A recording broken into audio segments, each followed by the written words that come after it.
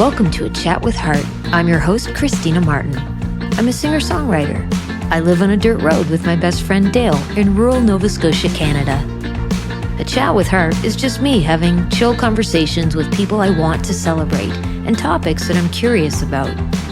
If you have a question or a comment for this podcast, call my Heartbeat hotline, 1-902-669-4769. To send this podcast even more love, visit me online at patreon.com/Christina Martin. I'm so happy you're listening. Our personal stories have great power to heal, influence, and inspire. All we have to do is show up for the conversation. If we just talk about it, we could shine a light, we could break a dark day. If we just talk about it, we can cut away, we can make a brighter day.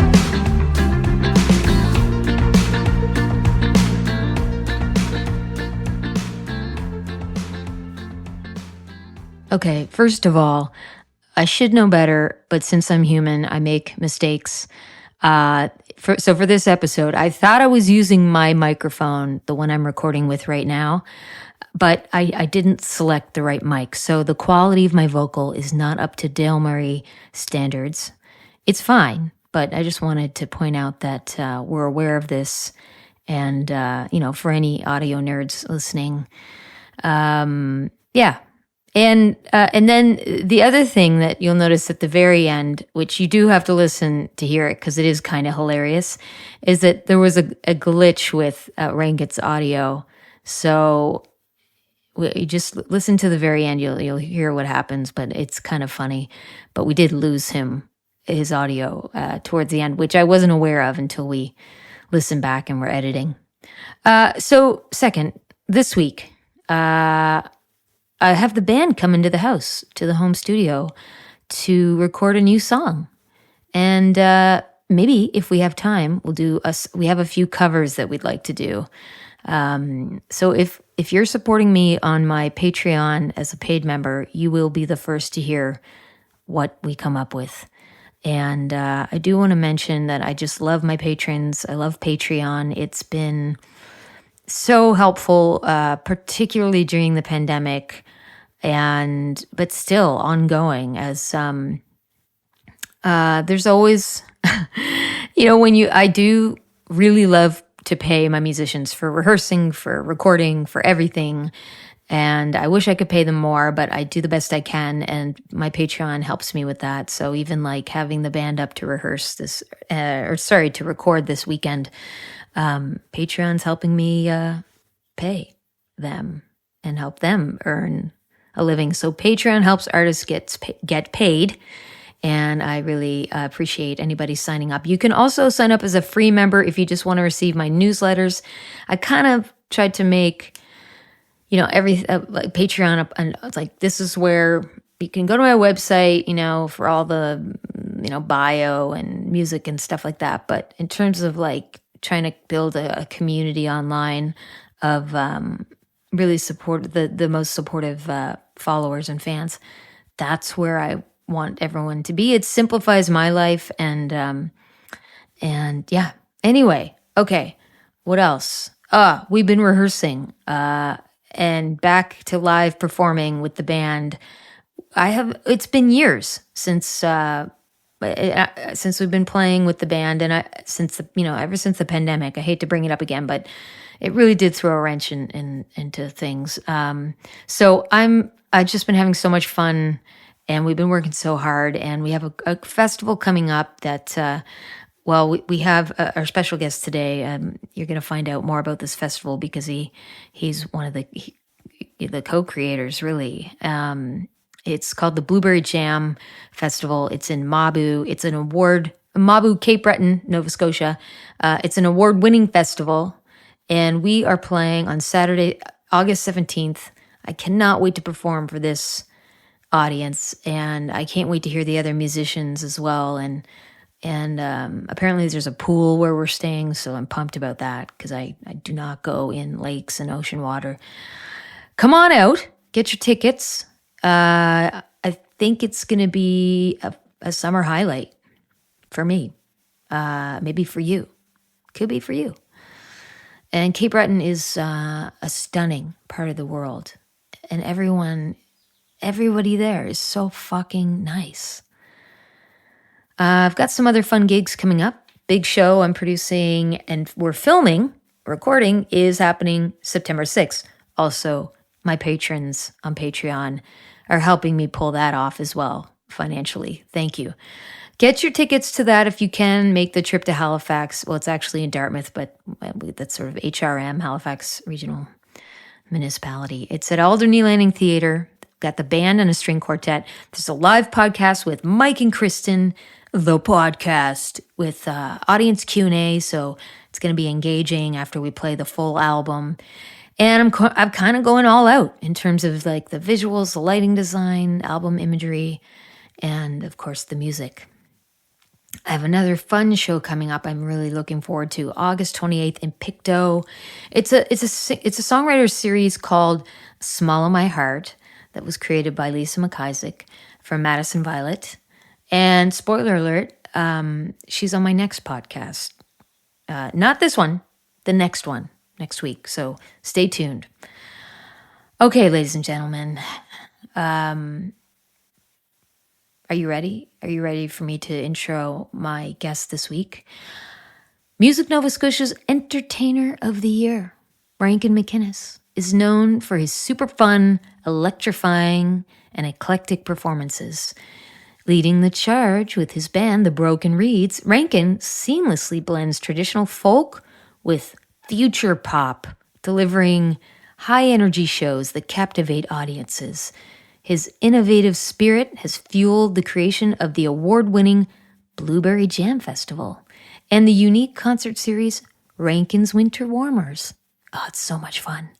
With a community of creative collaborators and an ever-growing fan base, Rankin is set to release his highly anticipated debut full-length studio album this year. It's his first since 2019's release, House Party with Party Boots. So in this episode, we cover a lot of ground, but we chat about Rankin growing up in Mabou and meeting Dolly Parton, and there's some fun facts about Rankin that you'll never guess what he's addicted to. No, you won't. You have to listen to the episode. Welcome to A Chat with Heart podcast, Rankin MacInnis, and thank you everybody for listening. And don't forget to call the Heartbeat hotline. I know people are shy to make telephone calls. But I love hearing people's voices, and your message might even get played on an episode. It could be anonymous. If you just want to call, leave a message, let me know how you're doing. If you want to comment on an episode, if you have a question for me to answer on the podcast, call the Heartbeat hotline. What is the number? I always struggle to remember it, but I'm going to pull it up right now. I know it's it starts with 1902. Hold on a second. I'm looking it up on my phone right now. 1902-669-4769. 1902-669-4769. That's the Heartbeat hotline, an actual phone number. You can call and leave a message. You can also email me a voice message or just email me at ChristinaMartinMusic@gmail.com. And I can read your comment or question on the podcast. It's totally up to you. Just know that it's there if you need it, okay? All right, here's my guest today, my chat with Heart with Rankin MacInnis.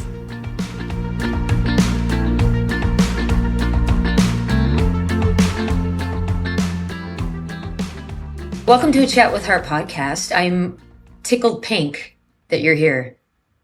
Me too. Also tickled red from the sun. But they can't see that. You look good. You look like you've been playing music a lot outside, or are you a beach bum? I'm not much of a beach bum, not at all. I wouldn't say. I think it's just the effect of the Scottish skin in the sun. Oh. A couple gigs outside. Yeah. I've got a little Welsh in me, and as you can see, I basically repel. I'm so white that light just bounces off of me. Like, That's my The sun and the English. Get away. Yeah, that's my superpower. Where are you from in Cape Breton? I'm from Mabou, Cape Breton. Oh, you are on the West Coast there. Yeah. Backstreet Mabou. I hear there's a big Blueberry Jam. Blueberry Jam. I'm so pumped about it. The new homecoming. Yeah. And by the time this is out, we can I can talk about it openly and shout about it. Amen. I know. I'm excited to have you. We're excited to have you. Was it cool growing up in the hometown of the Rankin family? I have that right? Oh, big time. So yeah, you do. Actually, first it was the Rankin family, then the Rankins, but you just say Rankin and people go there first. It was cool. I grew up beside their brother, Ronnie, and so sometimes I'd see them come in. I remember as a kid, you'd just be like, oh my God, that's Cookie, that's Heather, that's Jimmy, whatever you'd be excited for it. I probably knew Raylene the best as she was really good friends with my mother. My mother actually was the youngest of 13, and they grew up in the house next door in a family of 12. So it was always they're all very tied to Backstreet, the street I grew up on. Do you have a lot of siblings? There's 5, and there's 40-some first cousins on that side alone on the Rankin side. So it's a bunch of rabbits. What are you? What are you, like the middle or the? I'm the second oldest. So there was my sister, she was the oldest, and then there was 4 boys after that, and I'd be the first of the boys. Oh my God. Cool. Do you get along with everybody, or is there a lot of fighting? Oh yeah. Not too much anymore. Of course, growing up in not a small house, but a house becomes small when you got 5 kids and your parents, and actually Grandpa lived with us too. So any natural amount of fighting, but everybody pretty much gets along now for sure. So what's the deal with music and your childhood? Like growing up, was this a part of your life or? Yeah. So there was 5 of us, and we all started on piano usually in grade 1. And then after that, it went my sister did fiddle and piano, and then I did pipes and piano, and then my next brother did fiddle and piano, and then it was pipes and piano, and then fiddle and piano. But the one in the middle kind of hated it both, and he put his feet down, and he finally got to learn guitar. But it was we all had to practice a half hour of music on each instrument after school before we were allowed to go outside and play. So we'd be pounding through that. They have the egg timer and twisting it as quietly as you could to reduce the time, but we were all in music and all in lessons and all started with the basics on piano. So have you been playing ever since you were a kid, or did you stop to pursue something in your life? Or was it always no, this is what I'm meant to be doing? I always played. So growing up, I would say I played piano the most first, and then pipes kind of took over. I was involved with the pipe band and always at the Gala College, and my first jobs were basically standing in parking lots playing for tourists. And when I went to St. FX, I didn't take music, but I still always played the pipes with me. I didn't really play much on the piano during that time, but it was while I was at X I started getting random opportunities playing the pipes for different things. From the big one was drum, based in Halifax. I had my first opportunities to go. We did the Olympics in Vancouver and Dollywood and all these other things. And that's when I got my first look at what I would say, showbiz? Real showbiz, and my first temptations of okay, I got to figure out how to do this. Dude, that's amazing. Dollywood, eh? You must have gone. Did you do that with Keith Mullins? Was he in the group? He wasn't in the group, but either on the first or second trip, he was down there at the same time. Okay. Yeah, so we still kind of got to do it and share the bus to Dollywood together from Pigeon Forge. That was the first time I met him. Did you ever meet Dolly? Twice. You don't get to meet her long, but we were there for this thing called Festival of the Nations, and so we were technically representing Canada, and they had all these different acts from all over the world. Mm-hmm. They had a steel pan orchestra from Trinidad and Tobago, and a Cirque show from Georgia, the country, and all these other things. And Dolly, on the last week, maybe not the last day, but the last week, the Saturday, there would be a big parade, and we'd be in it, and the parade would kind of end, and then she'd come into the theater we were playing at, and she would just kind of walk out on stage and do a number, not really do a number, just basically join us with a tambourine and waves and pictures and all that stuff. And afterwards, she would meet us and talk to us and take a big group photo. So has there ever been, have you ever met like any of your other icons? Any close encounters? Heroes? I got to meet when I was a kid. I was really excited to meet Don Cherry and Ron McLean. I was playing at an event. I don't think it was Hockey Helps the Homeless. I forget which hockey event it was.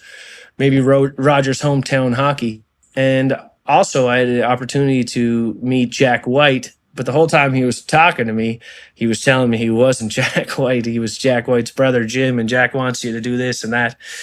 And that was kind of funny. But I can't think if there's any more. But Don Cherry definitely had the biggest impact on me as a kid, or a teenager, I guess, but kid so now. You met him, and like, did you have a good chat, or was it just super quick?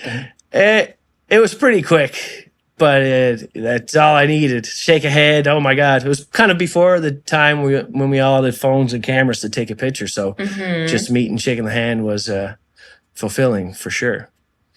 Awesome. One of the things we like to talk about on A Chat with Heart is pivotal moments for you in your life. Like, it could be a bad experience that changed your life for the good, which you can only talk about now maybe, or it could be something really amazing, or a person that came into your life that just really had an impact and kind of, you know, shook things up in a good way for you. Do you have any pivotal moments that you want to share? I think a big pivotal moment was me joining drum for sure. So Hector McCory was the piper at the time, and he also was an engineer. I took engineering at St. FX. Didn't finish it. Was just doing the diploma, not the degree. And he went on maybe to Alberta at the time, and he suggested me for the next role. And at the time, I didn't see there was a future in music because I was mainly just playing bagpipes. And these opportunities that I had, getting to go to the Olympics, getting to go on a plane for the first time to play music really were huge for me. We did 2 residencies in Tennessee, 2 sets of 7 weeks. And just getting to do that made me say, I need to move to Halifax and figure out how I can do this myself, and gave up the university dream to pursue the music dream. So if it wasn't for drum, I don't think I would have ever done that. Did you get some hints, like working with the crew at drum? And I know it's Brooks and Fiona Diamond that were behind that. Yeah. Did you get any leads on how to turn this into, you know, I won't say a profitable necessarily, but a way of life and a living?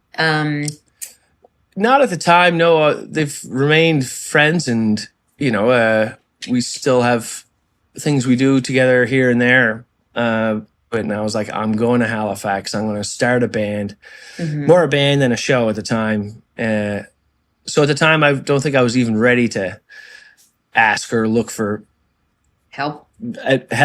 I didn't even know where to start. But regardless, they put me in the position to make the change to try to get there. So how did it start? Like, was it Rankin and the Broken Reeds? Was that like the beginning of, there's a number of pretty key things. If you go to your website, you can see the everything's tied in together.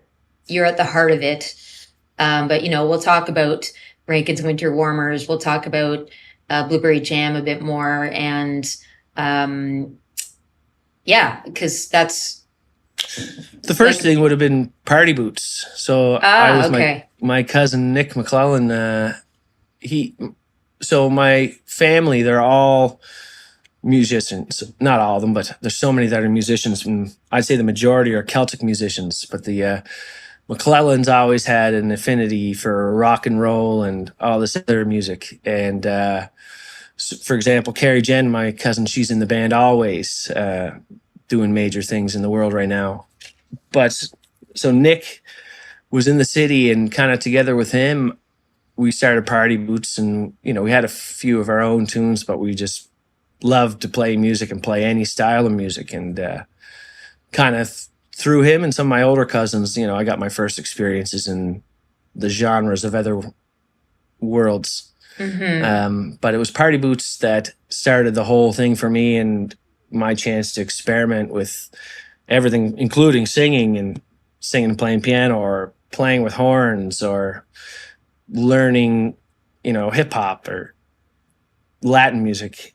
Everything kind of started with Party Boots for sure. That wasn't Celtic. Then what? And then, you know, kind of as the way things go, people had other things going on. Our bass player moved to Alberta, and at the time, like, I knew I kind of just Sammy wanted to do my own thing, is the best way to say it, I guess. And while that was still going on, I started Rankin's Winter Warmers as my kind of side project. And from that, you know, played with a few different people, and that's kind of where just playing under my own name kind of took off. At the end of, we put out an album to kind of wrap up that chapter with Party Boots, and then I kind of stepped forward with Rankin. But the transition happened, I guess, with the Winter Warmers. So when did the Winter Warmers start? I am new to the Winter Warmers. I met you this year at the Big Shiny Tunes show that Stephanie Purcell and Mike Farrington and Dave Sampson produce. And I was so happy to meet you. And then people started, because I don't live in the city and I live in a bubble, I just wasn't aware of them. But boy, did I become aware of them quickly. And I was so excited and honored to be a part of one and experience the unbelievable joy that the audience and the performers experience.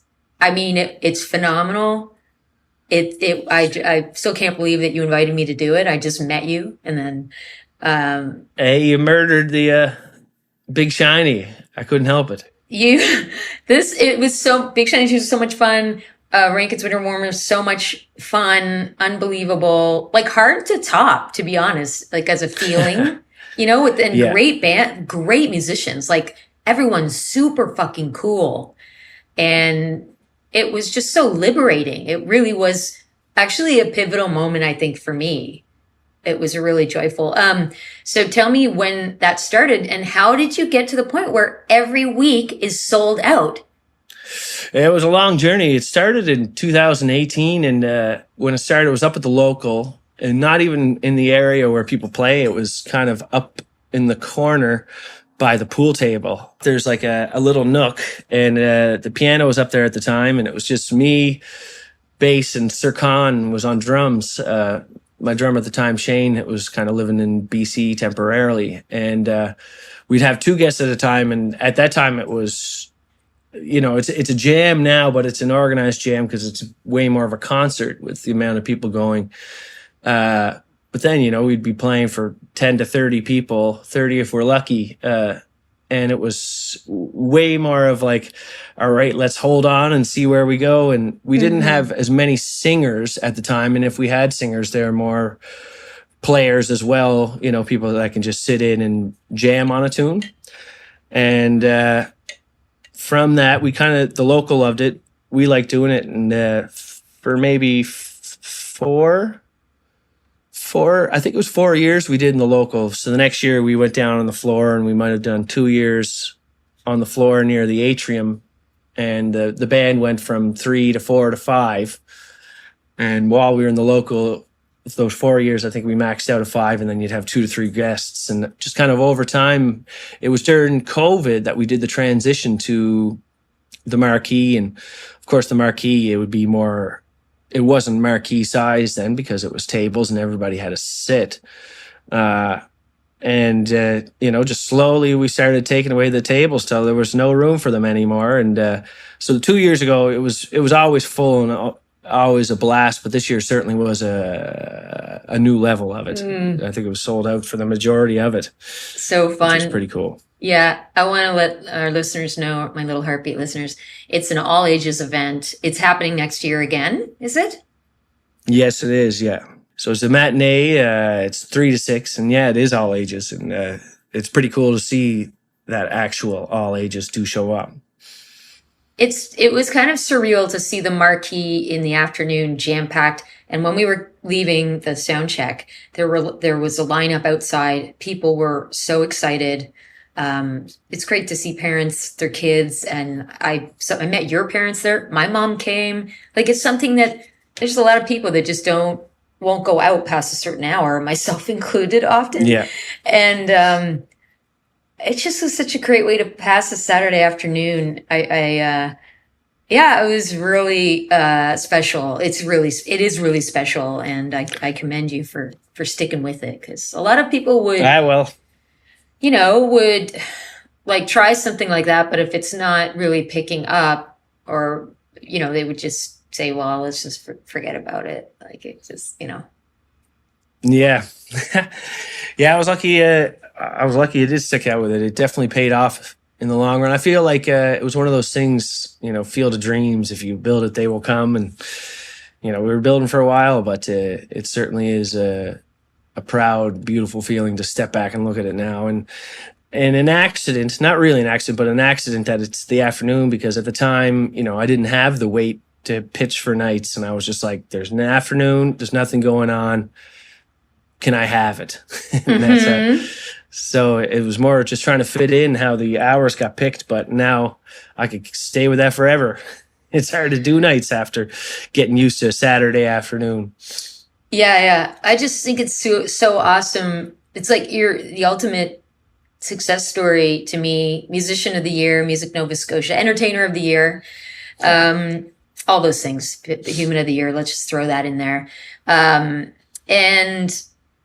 I think it's really important for all of us doing this to hear the stories of, like, in the beginning, nobody would give me a chance, or I wasn't taken seriously, or like, I honestly was just kind of finding my own way. I didn't really have a super clear plan at the time, and perseverance and hard work and throwing things at the wall. Maybe, I'm sure not everything stuck that you did try. But just keeping going.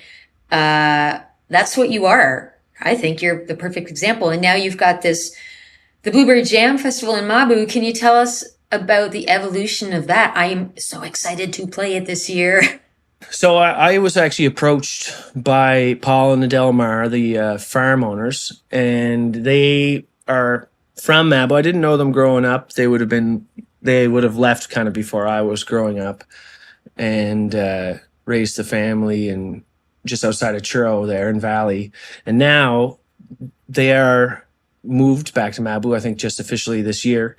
And so they're big supporters of music, and always have been. And they've been kind of just watching some of the stuff I did for a while. And at the time it was kind of in the party boots phase. And we would put on different shows, like kind of the way the Warmers were, but nothing so series based, more like a special St. Patrick's Day or a special Halloween and all that. And so they kind of reached out to me wondering if I'd be involved, and they wanted it. So they have a bunch of blueberry fields up there, and they wanted a title to celebrate the industry. And so kind of after that, I put Blueberry Jam forward to them. It was just kind of too perfect to tie the two together. And to be honest, I wasn't sure if I was going to do it when they first reached out, because with my light involvement in promotion, even with party boots and all that, I knew how much work is involved. And then especially when you're in a smaller market, you're in a village. So I really wasn't But then one day I went to the farm for a visit, and I was just like, okay, if we build it, it will come. So we had maybe 1 year before COVID. And when it started, it was just an outdoor concert one day. And I think it must have been 2019. Yeah.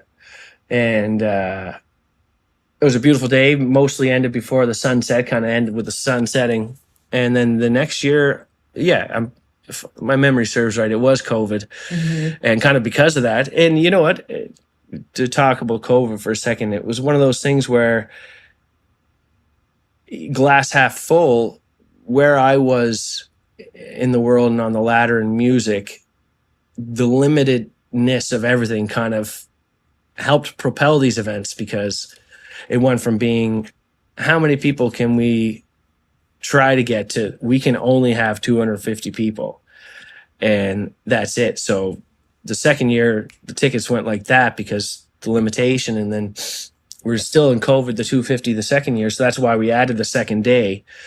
And so, we were kind of forced to structure, and it kind of paid off for the event in general. So yeah, 1 year before COVID turned it into a 2-day event, and now it's a whole weekend thing with a separate concert series in the fall.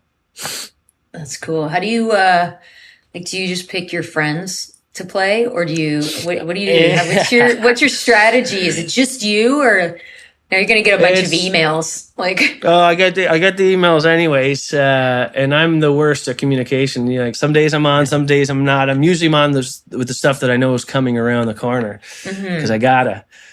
But there's definitely a lot of emails that come in, and I try to balance them all. And it's so right now it's semi curated, from some of the emails I've seen, but we do try to have a certain percentage from Inverness County, a certain percentage from the rest of the Cape Breton, and then the rest Nova Scotia, and then me, kind of beyond, and then you. And me.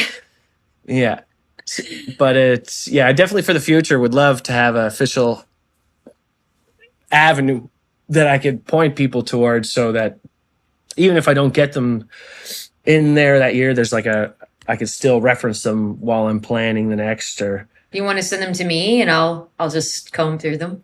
Hey, no problem. I could use all the help I can get. I don't know if you're an open book or not, but I want listeners to know something that not a lot of people know about you. Give us some dirt on Rankin MacInnis. What do you have, any weird hobbies, or do you is there anything gross that you like to eat? The example I always throw out is I love dill pickle sandwiches with mustard. Well, since I moved back to Cape Breton, I drink so much milk. It's a problem for you? It probably is. I'm I just got 2 liters today. How is it gone? And I didn't drink any when I was in Halifax, so that's kind of weird. Maybe a problem. The people in the city call me a serial killer when I just drink a glass of milk. That's hilarious. That is fucking hilarious. I like that one. I don't know how it started again. Either way, that's that. Do you drink from the bottle? Do you actually pour yourself a glass? No, when someone's looking, I'll drink from a glass. If they're not, I'll drink right from the bottle. Okay, note to self. I don't I'm still drink a child. Okay. And I could probably survive off of toast alone. Oh yeah, you're not if I made you a Caesar salad, you wouldn't. Are you not into eating healthy? Oh, I'm into it. I don't just eat off toast alone. Okay. If it was healthy, I could. Okay. It is hard to eat healthy on the road, though. I'll admit that. And since we're saying out loud, pretend it's New Year's, I'll do better this year, I swear. Do you ever experience some super low days, months? Are you and if so, what kind of things, what helps you get up again? I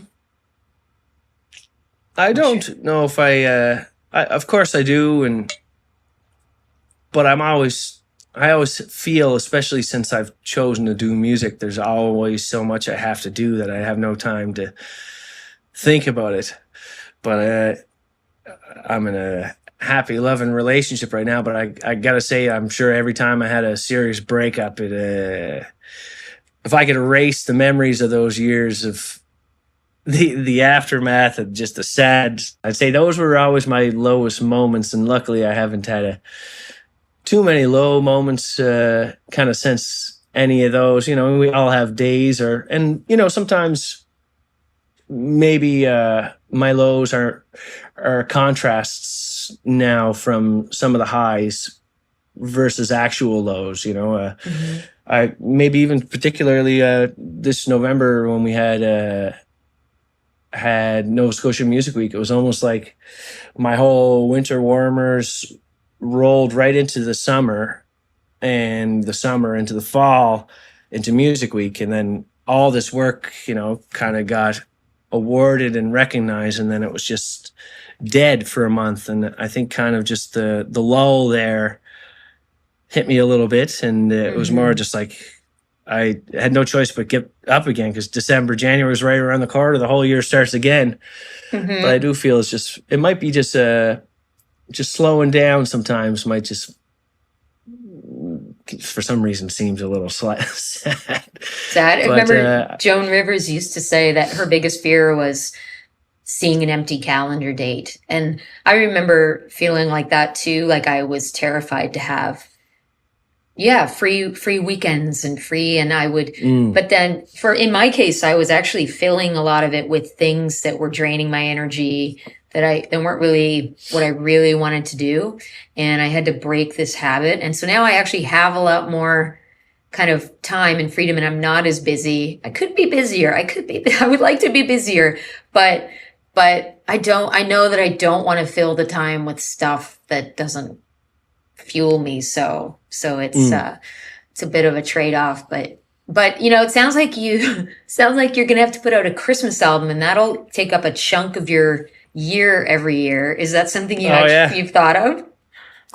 Well, eventually, yeah. So it took me a long time. So I have an album we're recording now, and it took forever to get to this point. And I think after this, I have a second one I'd like to do. And then once that second one gets done, I'd say Christmas is next, because why not? But also on that note, just to forecast it, just to not premonition, to make it, put it in stone so it has happened. We have to do it because Luke Levy, my bandmate, wrote a Christmas song that, if we release it right, you're going to hear it for the rest of your life. It's such a good Christmas song. And I think just for that reason, we're going to have to force ourselves to do an album.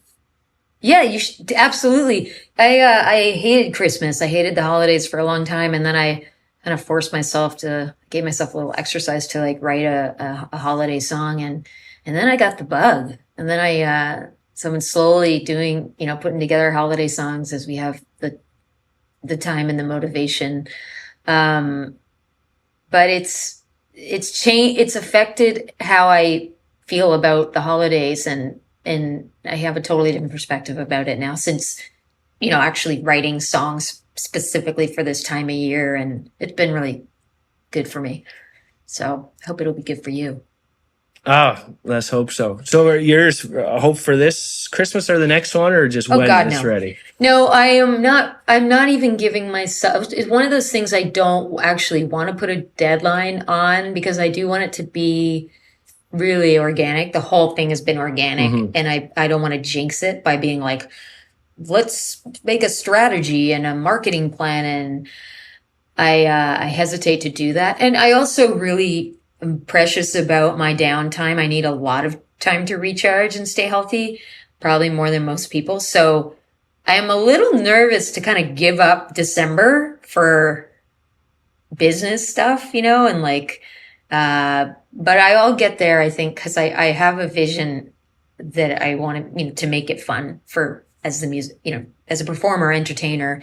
A lot of the times, it's funny because a lot of the times the vision, the idea for a stage show or something that could go on the road, or just one-off event that feels really good, is the motivation for me to write a song. Not always, but like, sometimes it's like a total backwards moving, motivation for me, if that makes sense. Do you ever get like that? Or is it always like the song first?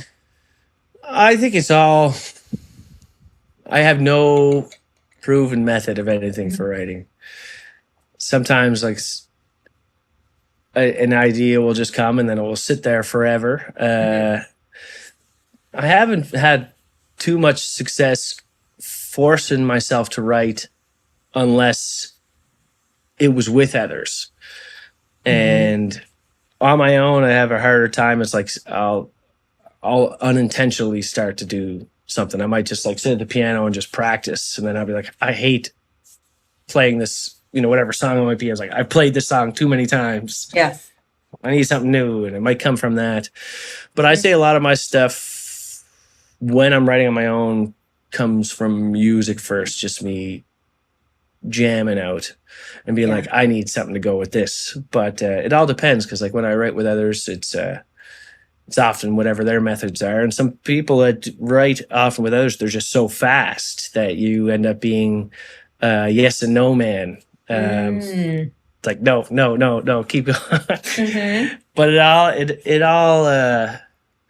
it all depends. Yeah. Like Nicole Ariana's the fastest writer I've ever seen. It's like she'll have 17 sentences out before you're like thinking about 3 words. You think she's using AI? No, like this is and if she got the chip in her head, maybe she does. Maybe she does. One of the first test Nicole. subjects. Love you. She's such a sweetheart. Well, listen, I want to keep you longer, but I won't, because I know how busy you are. Okay, you ready for your AI goodbye? Hey, Rankin, huge thanks for joining us on the Chat with Heart podcast. Your stories had us laughing, crying, and questioning our life choices, all in the best way possible. You're a rock star, a legend, and now our favorite podcast guest. Don't tell the others. Next time, let's toast, wink, to your epic tales, wild adventures, and maybe even some toast-related anecdotes. Can't wait to have you back for more unforgettable banter. Cheers, Christina and the Chat with Heart team, which is just me, but that was an interesting one. I like how it tied in the toast thing. It's also insinuating that we should have some alcohol the next time we do this. So I don't drink, but I could bring some non-bubbly to the Blueberry Jam at August. Well, I'll be there on August 17th. But it's that weekend. It's that whole weekend. So the new album, when's it going to be ready? Do we have a date? You said you hopefully like Pressure. Fall. I like Pressure. I got asked about a gig in the fall, and I said, you know what, maybe we'll even do that as an album release show. And just saying that, I was like, oh my God. I got out a gig in the fall. I said, you know what, maybe we'll do that as an album show. And just was like, oh my God. Hilarious. Okay, so we lost Rankin, his audio at the end of the chat, which I wasn't aware of until we started editing the podcast episode. But that was just probably a one-off glitch with either Zoom or our internet connection. No biggie. Rankin, thank you so much for being a guest on a Chat with Heart podcast, and we'll see you the weekend of August 17th at Blueberry Jam. I'm so excited. And what a guy. Like, what a talent and a connector. Yeah. So thanks for listening, everybody. We'll have another episode launching in about a week, putting out quite a few recently. Then I'm going to take a break as we have the September 6th show coming up at Alderney Landing. So I'm going to be busy with that. And we'll have some more episodes in the fall. But stay tuned for my chat with Lisa McIsaac next week. It's love. I don't want to say goodbye to you. Oh, I don't want to say goodbye to you. Welcome to the Heartbeat Hotline, 1-902-669-4769. I'm the host of a Chat with Heart podcast, Christina Martin, and I'm so excited you called. Leave me your question, a suggestion for the podcast, or a comment about this episode. Please be aware your message may be used on the podcast and social media. Tell me your name, where you're calling from, and it's also fine if you want to remain anonymous. Thanks for listening. Have a great fucking day. Thanks for listening to a Chat with Heart podcast, produced by me, Christina Martin, co-produced and engineered by my husband, Dale Murray. Dale's a stellar singer-songwriter and music producer, so check out his website, dalemurray.ca. The podcast theme song, Talk About It, and I Don't Want to Say Goodbye to You were written by me and recorded by Dale. Visit my Bandcamp to find CDs, vinyl, digital music, and fun merch like custom-made puzzles and temporary tattoo packs. Become a monthly or yearly supporter of this podcast and my music endeavors on Patreon. If you're new to Patreon, it's a membership platform that helps creators get paid. I love it. Sign up as a free or paid member at patreon.com/Christina Martin.